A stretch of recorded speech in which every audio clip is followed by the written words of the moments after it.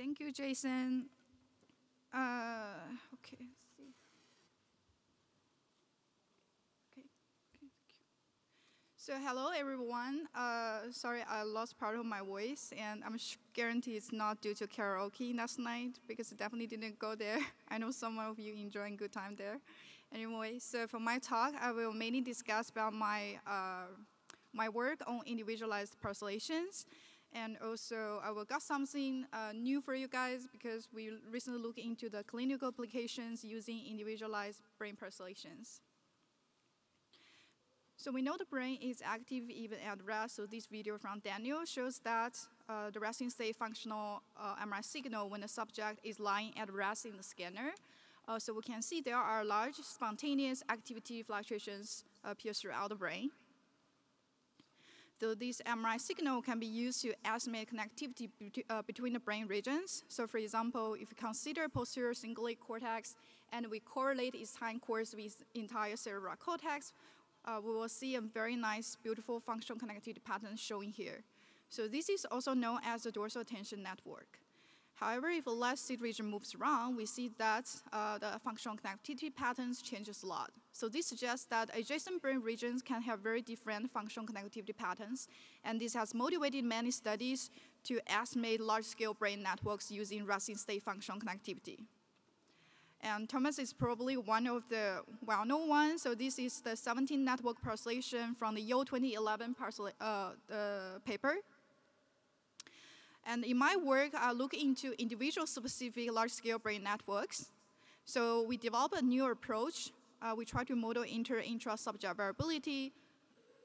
I don't know why the light is gone, but anyway, so now we find that the individual-specific network topography can actually predict cognition, emotion, and personality in individuals.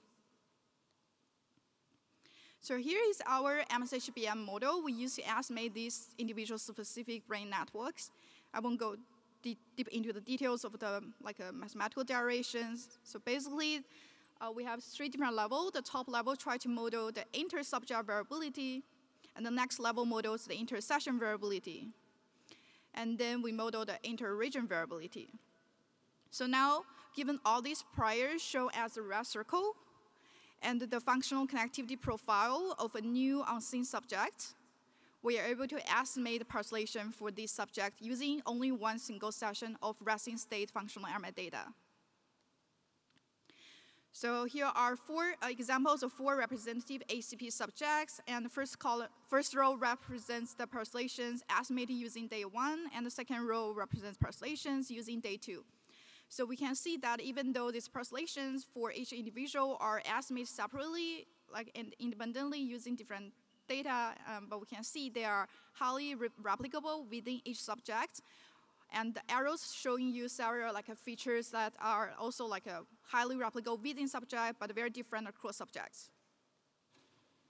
So in my work, I showed that these OHBM networks estimated using 10 minutes of data are actually comparable to 2 other approaches using 50 minutes of data. And then we assume that, so maybe for participants who share similar network topography, they may also share similar behavior phenotypes. So using this network topography, we show that actually it can predict behavior pretty well, while the network size is less predictive compared with the network topography. So we use these, the cortical networks to estimate the cerebellar networks.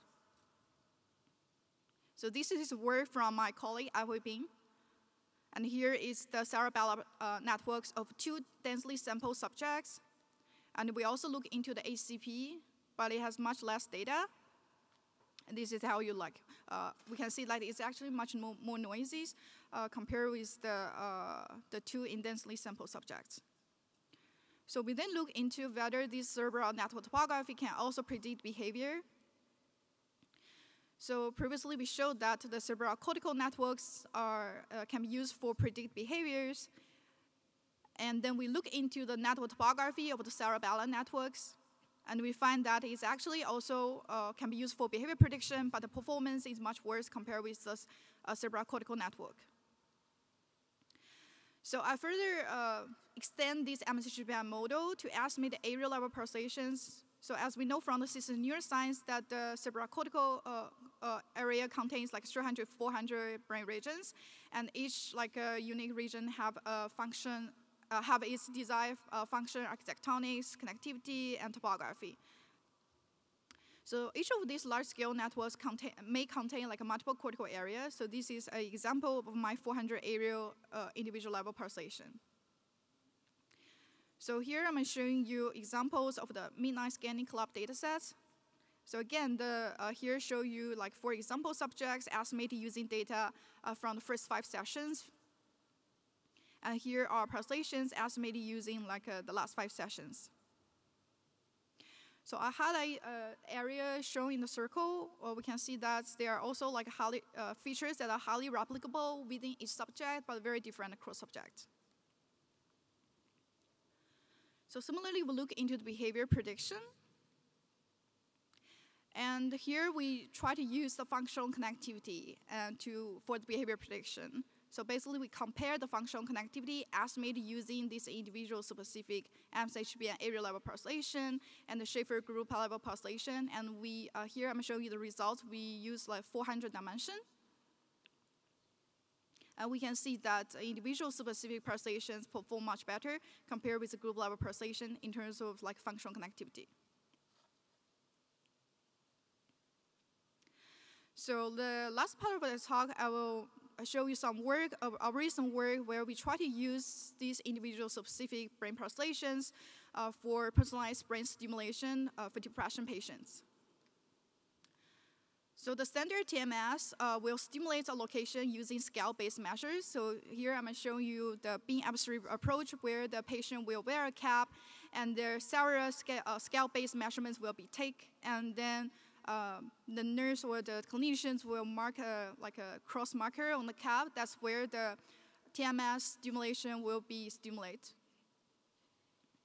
And Michael Fox's work shows that actually we can use the functional connectivity for the TMS target. So in the figure in the middle, we see the subgenual cingulate cortex. And in Fox's work, they show that actually the region within the DLPFC that is most correlated with subgenual cingulate cortex can potentially be the target location for depression TMS treatment. And that's where the black circle pointed on the right, on the far figure. So now, recent work starting to look into the individualized functional connectivity guided TMS target locations. So the work from Robin Cash is shown here. So basically, you can estimate the functional connectivity of individualized FC to the subgenual cingulate cortex, and that's where this plot is showing the DLPFC region. And so where the black arrow pointed will be the personalized target locations. So we know the actual target could be very far away from the functional connectivity target. However, it can be very close to some for some participant by coincidence, I think. So one assumption is that assume the actual target location is near the functional connectivity guided target location. Does that mean that the clinical improvement will be better? So in Robin's work, they have shown that actually the shorter the distance, the better the clinical improvement.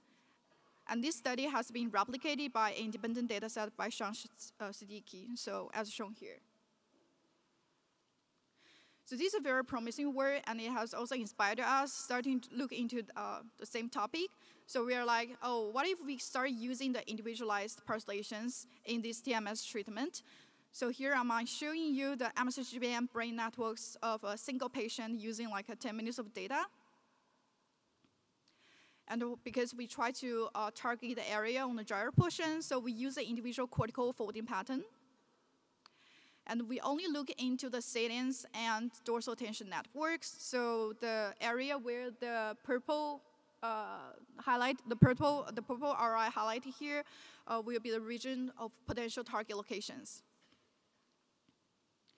We then compute the functional connectivity within this purple area with the subgenual cingulate cortex. And we propose a threshold-free tree-based localization approach to find the target. I won't elaborate too much details of this approach, so if you're interested, you can come to my poster one-to-one today and tomorrow. So we compare our approach with the personalized target approach from Cache and also the group average target Fox. We look into two data sets, local data set and HCP and the CP test retest data set.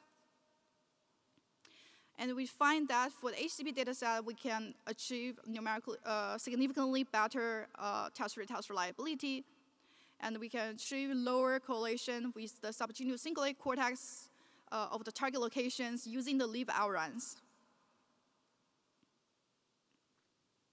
So we have two clinical trials going on. So we have one open label trial with 20 depression patients, and we have also a randomized trial with 70 patients. So for the open label trial, we treat the patients with a 5 days TMS treatment using our personalized target. And for the randomized trial, one arm will receive our personalized targets, and the other arm will receive the traditional TMS target. So I will show you some preliminary results. So Alice is actually our first patient, and she was diagnosed with depression when she was like 20. And then she dropped out of top university program, and she tried different antidepressants, and they all failed. She even tried ECT, and that does not help her. She tried the standard TMS. So here is showing like a scale-based measurements, the BM3 approach. Unfortunately, that also does not work for her. So Alice came to us, and we got her like the MSHBM brain networks. And we find the target locations using our algorithm. And we gave her like a 5 days TMS treatment and basically 10 sessions per day. And Alice has responded very well to our 1 week personalized TMS, compared with the previously failed 6-week standard TMS.